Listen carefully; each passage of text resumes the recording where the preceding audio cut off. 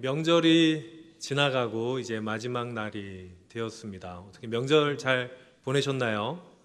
우리 옆에 계신 분들이랑 이렇게 하나님께서 함께 하실 것입니다. 인사하셨으면 좋겠습니다. 하나님께서 함께 하실 것입니다. 아멘. 자, 오늘은 욥기 마지막 부분을 저희가 함께 읽게 됩니다. 오늘 본문인 욥기 40장에서는 하나님께서 욥과 이제 대화를 요청하시는 장면이 나옵니다. 욥이 그 전에 하나님과 대화하는 장면에서 욥은 하나님에 대해서 잘 모르는 무지를 드러내는 면면이 있었습니다. 그래서 하나님께서는 욥에게 계속해서 대화를 요청하시면서 욥이 무지하게 있는 것이 아니라 하나님에 대해서 잘 모르는 그 상태로 머물지 않도록 계속해서 대화를 하도록 요청을 하십니다. 오늘 말씀을 통해서 우리를 부르신 하나님께 응답하시고 하나님을 더욱 깊이 알아가시는 성도님들 되시길 바랍니다. 하나님께서 욥에게 이렇게 말씀하십니다. 네가 전능자와 다투겠느냐? 라고 말씀하시자 욥은 스스로의 부족함을 인정하면서 이렇게 얘기합니다. 40장 4절에 나는 비천하오니 무엇이라 주께 대답하리이까? 손으로 내 입을 가릴 뿐이로소이다. 아멘. 할 말이 없다라고 이야기를 하는 것입니다. 어떻게 보면 하나님의 위대하심, 전능하심 앞에 그냥 머리를 숙이는 것 같지만 이것은 욥이 스스로의 이 무지함을 인정하고 하나님 앞에 자복하며 겸손하게 머리를 숙인다기보다는 포기에 가깝습니다. 욥이 어떻게 하나님을 알겠습니까? 하나님의 그 말씀하시는 놀라운 역사들, 자연 현상들에 대해서 욥이 어떻게 다 알겠습니까? 알지 못하기 때문에 욥은 그냥 하나님 앞에서 포기하고 엎드립니다. 그러자 하나님과 대화하기를 거부하는 욥을 하나님께서 다시 부르십니다. 40장 7절의 말씀에 보면 하나님께서 욥에게 대장부처럼 허리를 묶고 힘을 내서 버티고 서서 내가 너에게 묻겠으니 너는 대답을 해라 라고 이야기하십니다. 대화를 하자는 요청입니다.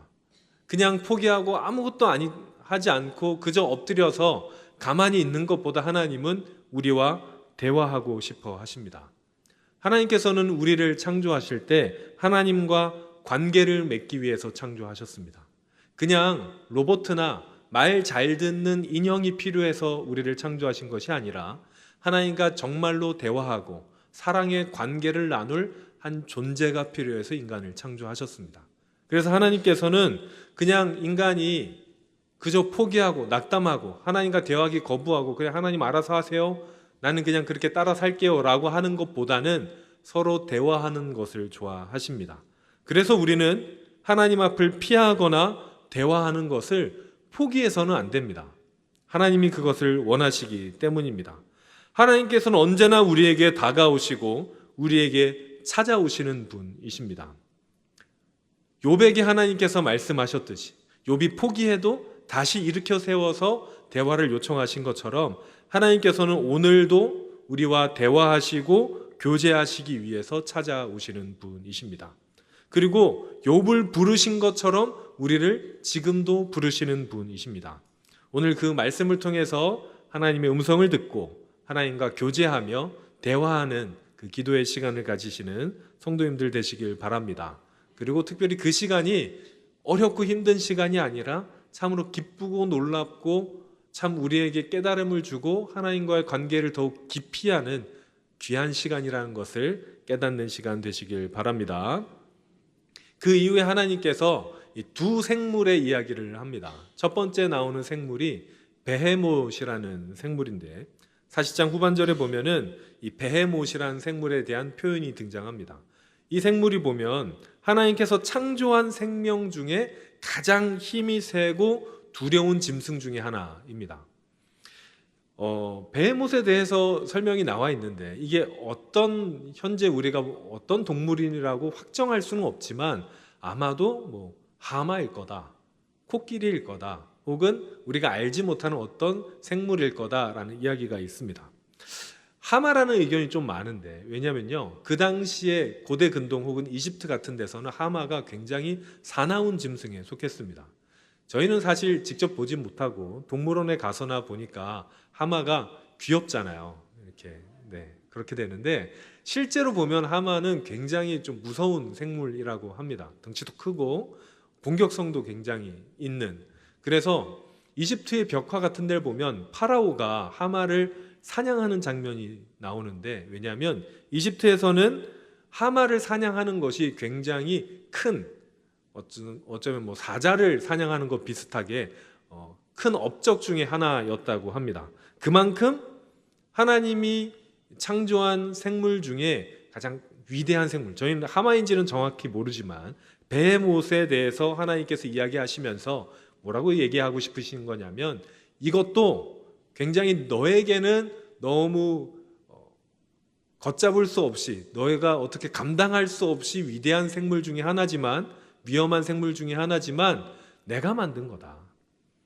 그만큼 하나님이 뛰어나신 하나님의 창조의 위대성에 대해서 욥에게 이야기하시는 것입니다.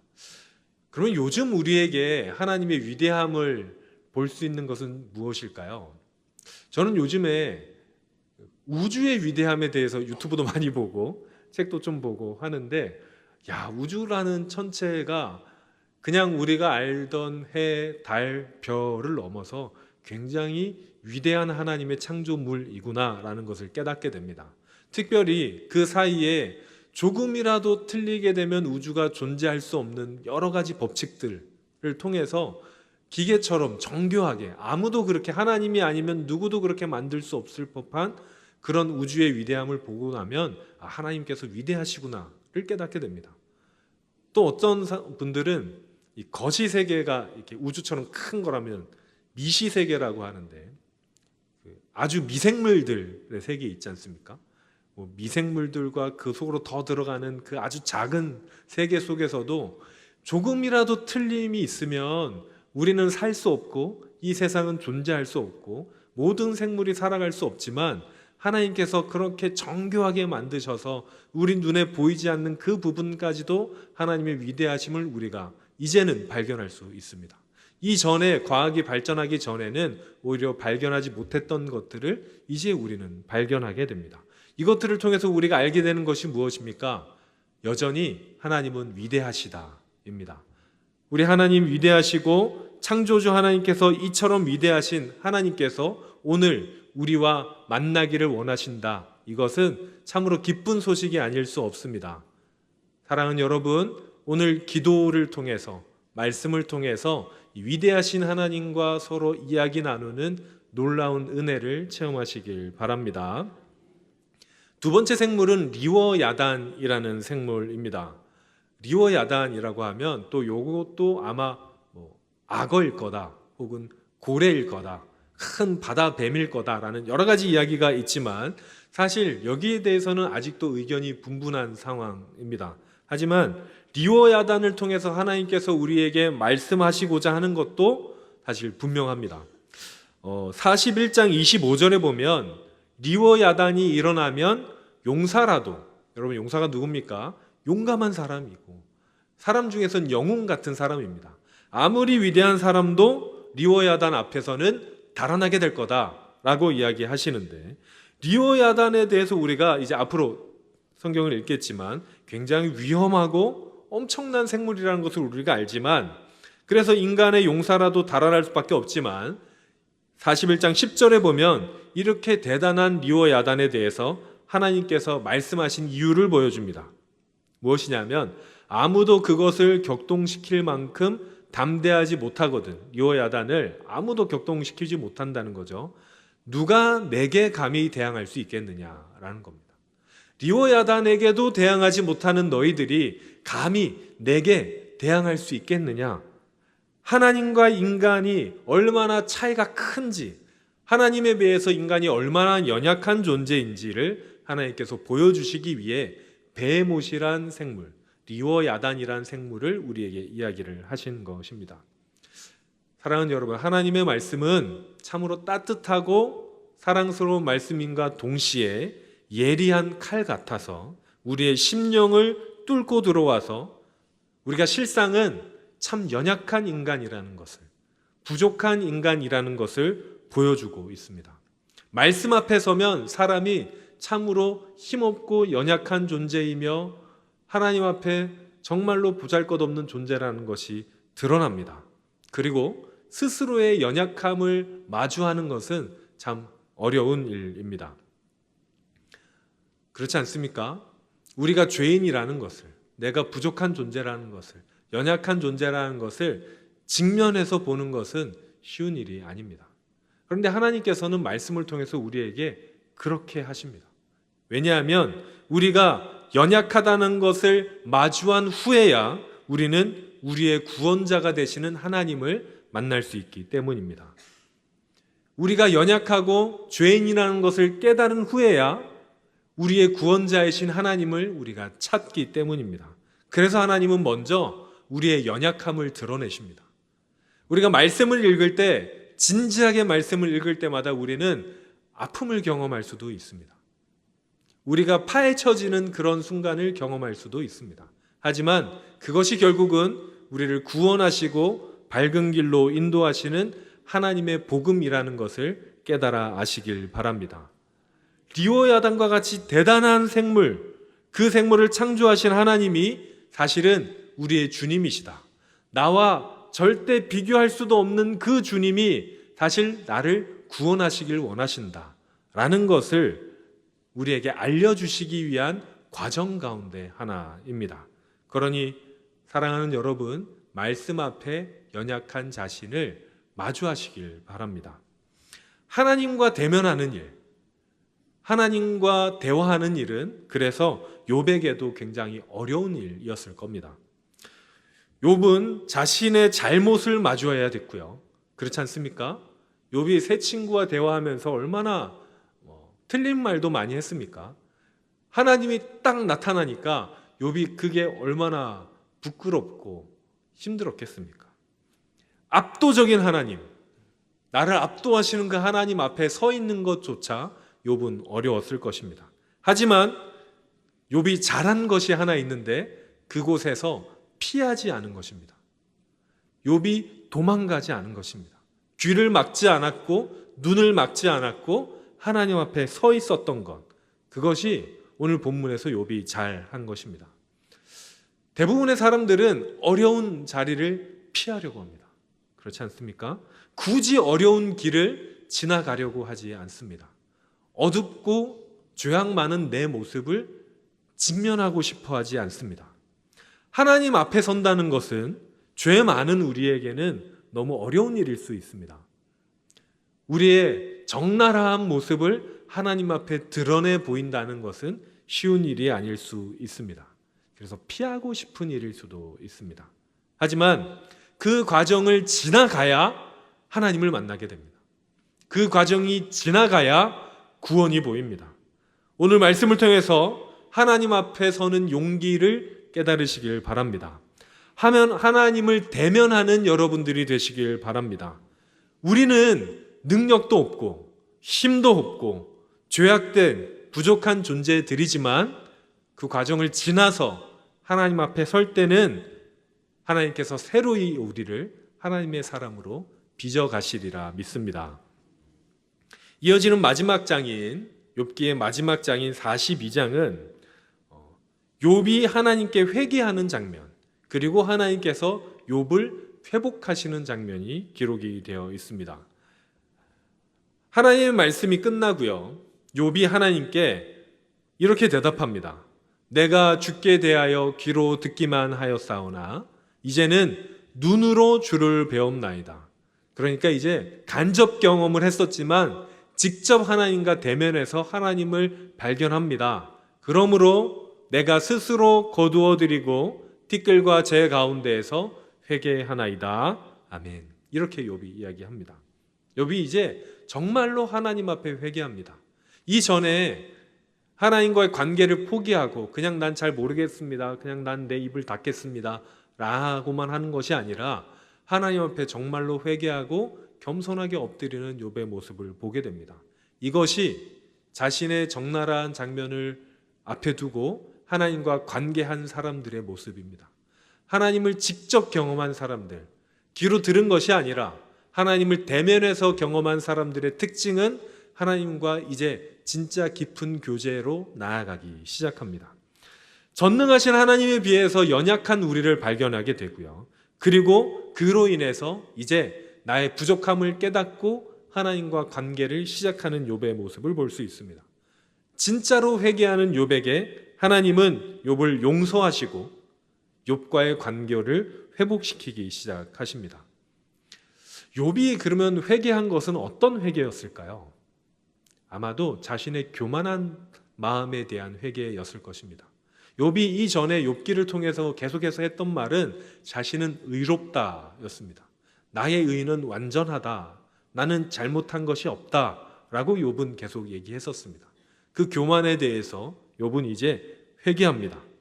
하나님을 잘 알지 못했지만 하나님에 대해서 다 아는 듯이 얘기했었고, 세상의 이치도 모르고 세상이 어떻게 돌아가는지 잘 알지도 못하면서 나는 다 알고 있다라는 식으로 얘기했던 그 교만에 대해서 욥은 회개합니다. 사랑하는 여러분, 우리는 어떻습니까? 우리도 하나님에 대해서 잘 모르면서 아는 듯이 이야기했었고, 이 세상이 어찌 돌아가는지 잘 모르면서 아는 듯이 교만하지는 않았는지 말씀을 통해서 돌아보시기를 바랍니다. 그리고 하나님 앞에 회개할 때 우리에게 기쁜 소식이 있는데 하나님은 그 회개를 받아주신다는 겁니다. 욥이 그토록 많은 기간을 들여서 교만한 말도 했었지만 하나님은 욥을 책망하지 않으셨습니다. 욥의 회개를 받아주시고 다시 욥과의 관계를 회복하기 시작하셨습니다. 사랑하는 여러분, 오늘 기도하는 시간 동안에 만약에 우리 안에 그런 교만한 마음이 있다면, 하나님과 아직 정리되지 않은 그런 마음이 있다면 회개하시기 바랍니다. 하나님께서 회복해 하실 줄로 믿습니다. 하나님께서 욥의 회개를 들으신 후에 이제는 회복하시는 아주 기쁜 이야기가 욥기 후반부에 나옵니다.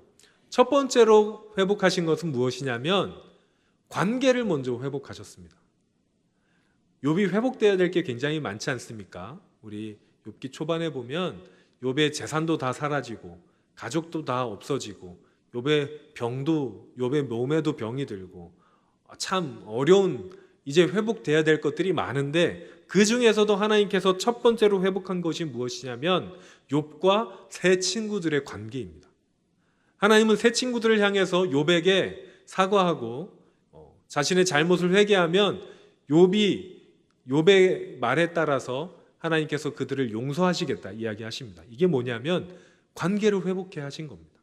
사실 이 욥기 전체를 통해서 욥과 새 친구들 사이에 얼마나 날선 공방이 오갔습니까?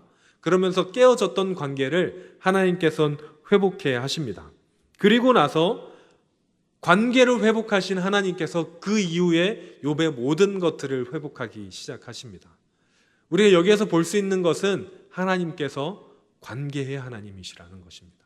하나님께서는 사랑이십니다. 아멘. 하나님께서는 사랑이십니다.